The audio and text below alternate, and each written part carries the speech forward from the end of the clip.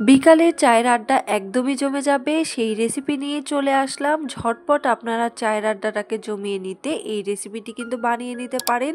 খেতে অসম্ভব মজা আর খুবই নরম তুলতুলে একটা নাস্তা recipe. Hello friends, welcome to issue cooking world. মাত্র একটা ডিম আর আটা দিয়ে তৈরি করা সুপার সফট একটা নরম তুলতুলে নাস্তার রেসিপি নিয়ে চলে এসেছি। চলুন ঝটপট আজকের এই রেসিপিটি দেখে নেই। এই জন্য প্রথমে আমাদের একটা ডিম লাগবে। ডিমটাকে ভেঙে নিয়ে নিলাম। এরপরে দিয়ে দিচ্ছি 3 চামচ পরিমাণের চিনি। চিনিটা আপনাদের স্বাদ অনুযায়ী আপনারা নিতে পারেন। সবগুলো উপকরণ ভালোভাবে মিশিয়ে নিলাম। এর মধ্যে দিয়ে দিচ্ছি 1 কাপ পরিমাণে আটা আর আরও হাফ কাপ পরিমাণে আটা দিয়ে দিলাম। ইস্ট ব্যবহার করেছি হাফ চামচ পরিমাণে, দেখতেই পাচ্ছেন আমি দিয়ে দিয়েছি অফ ক্যামেরাতে। এরপরে আমি সবগুলো উপকরণ ভালোভাবে মিশিয়ে নিচ্ছি। ডিম দেওয়া আছে এজন্য প্রথমে মিশিয়ে নিতে হবে।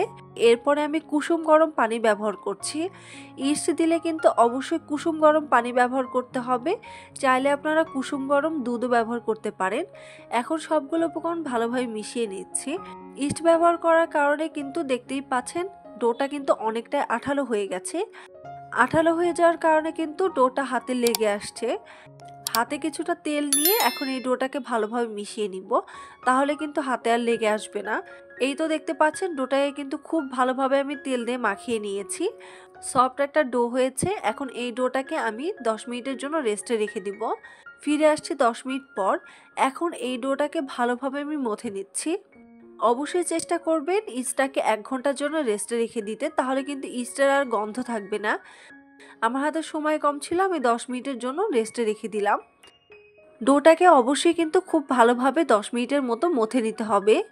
দেখতেই পাচ্ছেন আমার ডোটা কিন্তু মথে নেওয়া হয়ে গেছে। এখন এই ডোটাকে আমি 3 ভাগে ভাগ করে নিয়েছি। নিয়ে ঠিক এইভাবে আমি গোল শেপ করে নিচ্ছি, দেখতেই পাচ্ছেন। এই তো দেখতে পাচ্ছেন আমার কিন্তু গোল শেপ করা হয়ে গেছে। আমি এক এক করে সবগুলো গোল শেপ করে নিচ্ছি। এখন এখান থেকে দুইটাকে আমি আলাদা করে রেখে দিচ্ছি। অবশ্যই ঢাকনা দিয়ে ঢেকে রেখে দিতে হবে। আর একটাকে আমি ভালোভাবে বেলে নিচ্ছি। উপরে কিছুটা আটা দিয়ে যেভাবে আমরা রুটি তৈরি করে নিই সেভাবে আমি কিছুটা লম্বাটে করে রুটি তৈরি করে নিচ্ছি। দেখতেই পাচ্ছেন অনেকটাই পাতলা। আমি একটু দেখিয়ে দিচ্ছি কতটা পাতলা। এখন এটাকে ছুরি দিয়ে আমি কেটে নিব ডিজাইন তৈরি করার জন্য। একটু পর পর আমি ছুরি দিয়ে কেটে নিলাম ঠিক এই সাইজের করে। আর সাইডের যে অংশগুলো রয়েছে এগুলোকে আমি বাদ দিয়ে দিচ্ছি, দেখতেই পাচ্ছেন। এখন ঠিক এভাবে আমি ঘুরিয়ে ঘুরিয়ে এই নাস্তাটি তৈরি করে নিব। যারা আমার চ্যানেলে নতুন রয়েছেন অবশ্যই ইস্যু কুকিং ওয়ার্ল্ড চ্যানেলটি সাবস্ক্রাইব করে দিবেন, পাশে থাকা বেল বাটনটা অন করে দিবেন ভিডিওর আপডেট পেতে। আর যারা অলরেডি সাবস্ক্রাইব করেছে সকলকে অসংখ্য ধন্যবাদ। একদমই কিন্তু ডিজাইনটা করা সহজ। আপনারা কিন্তু যে কেউ চাইলেই এই ডিজাইনটা তৈরি করে নিতে পারবেন। খেতে কিন্তু অনেক বেশি মজা হয় এই ডিজাইনটা তৈরি করে নিলে। দেখতেই পাচ্ছেন আমি ঝটপট এই ডিজাইনটা তৈরি করে নিচ্ছি যাতে মাঝখানে ফাঁকা না থাকে। এই জন্য কিন্তু আমি একটু সময় নিয়ে ধীরে ধীরে এই ডিজাইনটা তৈরি করে নিচ্ছি, দেখতেই পাচ্ছেন। লাস্টের যে অংশটা রয়েছে এটাকে চাইলে আপনারা ডিমের কুসুম দিয়ে সিল করে নিতে পারেন। আমি আজকে সিল করে নিচ্ছি না, আপনাদেরকে দেখাবো যে আসলে সিল করে না নিলে কিরকম হয়। সিল করে না নিলে কিন্তু এটা খুলে যাওয়ার সম্ভাবনা থাকে। এই তো দেখতে পাচ্ছেন এক এক করে কিন্তু আমার সবগুলো নাস্তা তৈরি হয়ে গেছে। ডিজাইনটা কিন্তু খুবই সুন্দর লাগছে আর দেখতে খুবই আকর্ষণীয়। চলুন এখন এই নাস্তাগুলোকে ভেজে নেই। এই জন্য কড়াইয়ে পর্যাপ্ত পরিমাণে তেল দিয়ে এক এক করে নাস্তাগুলোকে দিয়ে দিচ্ছি। যেহেতু এই নাস্তাগুলো ফুলে একদমই ডাবল হয়ে যাবে এই জন্য কিন্তু বেশি পরিমাণ নাস্তা দেওয়া যাবে না। খুবই অল্প পরিমাণে দিয়ে হালকা আঁচে ধীরে ধীরে ভেজে নিতে হবে, তাহলে কিন্তু ভিতর থেকে খুব ভালোভাবে কুক হয়ে যাবে।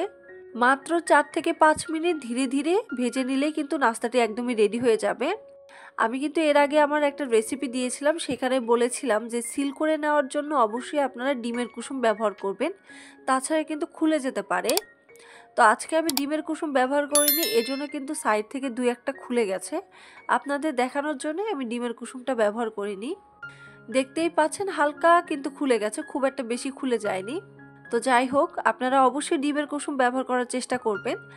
আমার নাস্তাগুলো রেডি হয়ে গেছে, খুব সুন্দর একটা গোল্ডেন কালার চলে এসেছে। এখন আমি নাস্তাগুলোকে নামিয়ে নিচ্ছি। হুট করে মেহমান চলে আসলে বা বিকেলে নাস্তার জন্য এই নাস্তাটি কিন্তু একদমই পারফেক্ট একটা রেসিপি। আমার চ্যানেলে কিন্তু অলওয়েজ বিকেলের নাস্তার রেসিপি বেশি দেওয়া থাকে। আপনারা চাইলে ঝটপট এই নাস্তাগুলো দেখে আসতে পারেন। একটা প্লেটে নিয়ে নিলাম নাস্তাগুলোকে। যারা আমার চ্যানেলে নতুন রয়েছেন অবশ্যই ইস্যু কুকিং ওয়ার্ল্ড চ্যানেলটি সাবস্ক্রাইব করে দিবেন, পাশে থাকা বেল বাটনটা অন করে দিবেন ভিডিওর আপডেট পেতে। আর যারা অলরেডি সাবস্ক্রাইব করেছেন সকলকে অসংখ্য ধন্যবাদ। এখন আমি একটা নাস্তা ভেঙে দেখিয়ে দিচ্ছি ভিতরটা কেমন হয়েছে। একদমই নরম তুলতুলে, উপরে একটু ক্রিস্পি আর ভিতরে পুরোটাই সফট, খেতে কিন্তু অনেক বেশি মজা। মেহমানদারির জন্য এই নাস্তাটি কিন্তু একদমই বেস্ট আর খুব তাড়াতাড়ি বানিয়ে নেওয়া যায়। চাইলে আপনারা আগের দিন রাতে ডোটা তৈরি করে নিয়ে পরের দিন বানিয়ে নিতে পারেন। ছোট বড় সবাই কিন্তু এই নাস্তাটি খেতে অনেক বেশি পছন্দ করবে। বিকেলের চায়ের আড্ডা কিন্তু জমে যাওয়ার জন্য এই নাস্তাটি যথেষ্ট। এই জন্য কিন্তু বাসায় একবার হলেও ট্রাই করতে হবে। কেমন হয়েছে কমেন্ট বক্সে কমেন্ট করে জানাতে পারেন। সবাই ভালো থাকবেন, সুস্থ থাকবেন। আল্লাহ হাফেজ। আর অবশ্যই ইস্যু কুকিং ওয়ার্ল্ড চ্যানেলের পাশে থাকবেন।